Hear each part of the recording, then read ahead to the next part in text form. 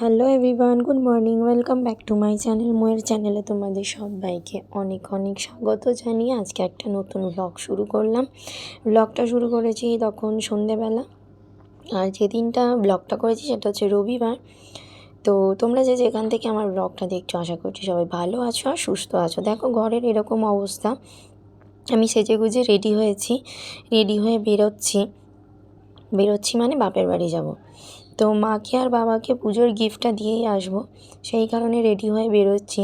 আর রবিবার ছাড়া যেহেতু আমার কোনো টাইম নেই, সেই জন্য আমি রবিবারেই বেরোচ্ছি। তো যখনই আমি বেরোই না কেন, ব্যাস একটাই সমস্যা, কি বরের গাড়িতে হাওয়া থাকে না।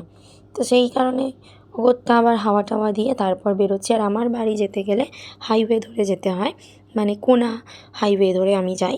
তো কোনা হাইওয়ে ধরে যেতে হয়, সেই কারণে হাইওয়ে দিয়ে যাওয়ার সময় আমি কিছুটা একটু ভিডিও করে নিলাম। কেন কি মানে রাতের বেলা হাইওয়েটা বেশ সুন্দর লাগে। আর যেতে যেতে বরেরা এতবার ফোন আসছে যে বারবার করে গাড়িটাকে দাঁড় করাচ্ছে আর তারপরে আবার একটু একটু করে এগাচ্ছে। তো রাত্রেবেলা হাইওয়েটা খুব সুন্দর লাগে। আর আমার হাইওয়ে দিয়ে যেতে যেতে একটুখানি ফটো না, ভিডিও করলাম, বেশ ভালো সুন্দর লাগছে। আর বাইরে এত গরম ছিল সেই দিনকে, মানে একটুখানি দাঁড়ালেই পুরো ঘাম, মানে এত ঘাম দিচ্ছে প্রায় স্নান করে যাচ্ছি এরম অবস্থা। তো যাই হোক, মানে গাড়িটা যতক্ষণ চলছে ততক্ষণই ভালো, একটু হাওয়া লাগছে। আর যখনই দাঁড়িয়ে যাচ্ছে, মানে 100 বার ফোন আসছে, একটুখানি দাঁড়িয়ে পড়ছে, তখনই ভীষণ গরম হচ্ছে। যেহেতু হাইওয়েতে দাঁড় করানো যাবে না গাড়ি, সেই জন্য মোটামুটি না দাঁড় করিয়েই চলে এসেছি। আর সবথেকে বড় ব্যাপার হচ্ছে বাপের বাড়ি চলে এসে বোনের সাথেও দেখা হলো। বোন মানে এসেছিলো মায়ের কাছে।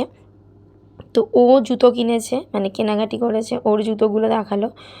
আর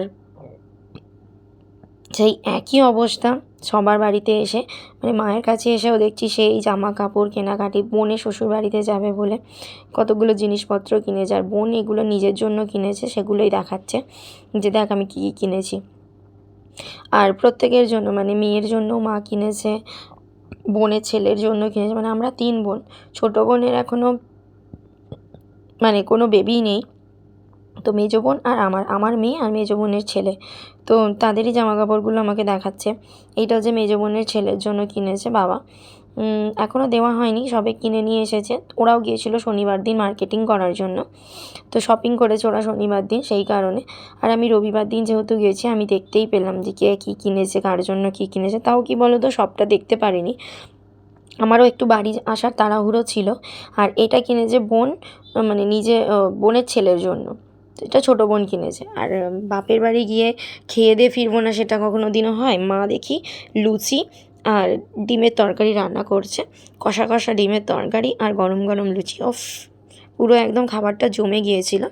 মা নিজের শাড়িটাও দেখিয়েছিল, যেটা হচ্ছে মায়ের শাড়ি কিনেছে, একেবারে বিয়ে বাড়ি আছে সামনে, সেই হিসাবেই একটু সুন্দর দেখে শাড়ি কিনেছে। আর বোনের জন্য যে শাড়িটা কিনেছে ছোটো বোনকে দেওয়ার জন্য, আর আমাদের সবাইকে পয়সা দিয়ে দিয়েছে, শুধু ছোটো বোনকেই যা কেনাকাটি করে দিয়েছে।